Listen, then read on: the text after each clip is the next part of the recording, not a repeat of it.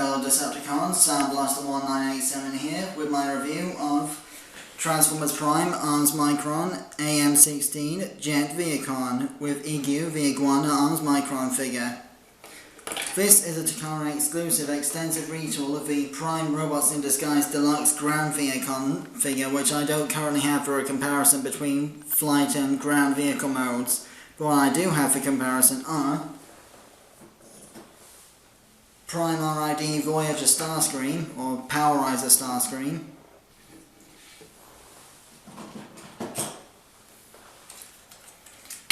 Prime RID Knockout, a fellow deluxe figure, and for a more modern comparison, the helicopter mode of Siege Springer. As you can see, due to the way he's engineered, Siege Springer is much bigger than the Jet Vehicon because he's the next size class up. He's even bigger than Starscream. We'll get back to Springer another time. So moving these fellow Decepticons off to one side. To transform the Jet Vehicon from vehicle to robot, first unclip the wings from the undercarriage like so, then flip them over like this, so that they're facing the right way up in robot mode. This can be a bit tricky sometimes, because, joint tolerances and parts friction may vary from one copy of your figure to the next, so once you've got them like this, come back to the other side. Pull out these parts of the back to loosen the arms, bring those out, like so. Then disconnect the roof and windshield from the back bumper. Bring all of this out like so to become the legs. Then fold in the roof into the windshield and the windshield into the bonnet to become the inside of the shin panels. Then flip these bits up to become the feet and tab these tabs into the slots on the roof just above the windscreen. Split the legs. Don't worry, the Decepticon symbol on this side is all on one panel that goes off to one side, so you're not tearing a sticker in half when you do this. Just got this figure fresh out of the box, so the joints are still a little bit stiff on my copy, bear with me. Then bring these forward to make a slightly spikier leg. Next what you want to do is disconnect the lower arm from the upper arm like so. Then unfold it like so, and flip out the hand to have the spindly, gangly, creepy proportions of the Vehicon drones. Same on both sides.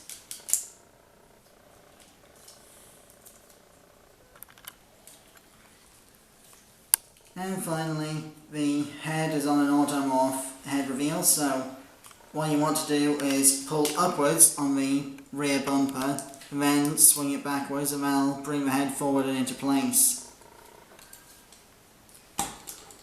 And that is Arms Micron Jet Vehicon in robot mode.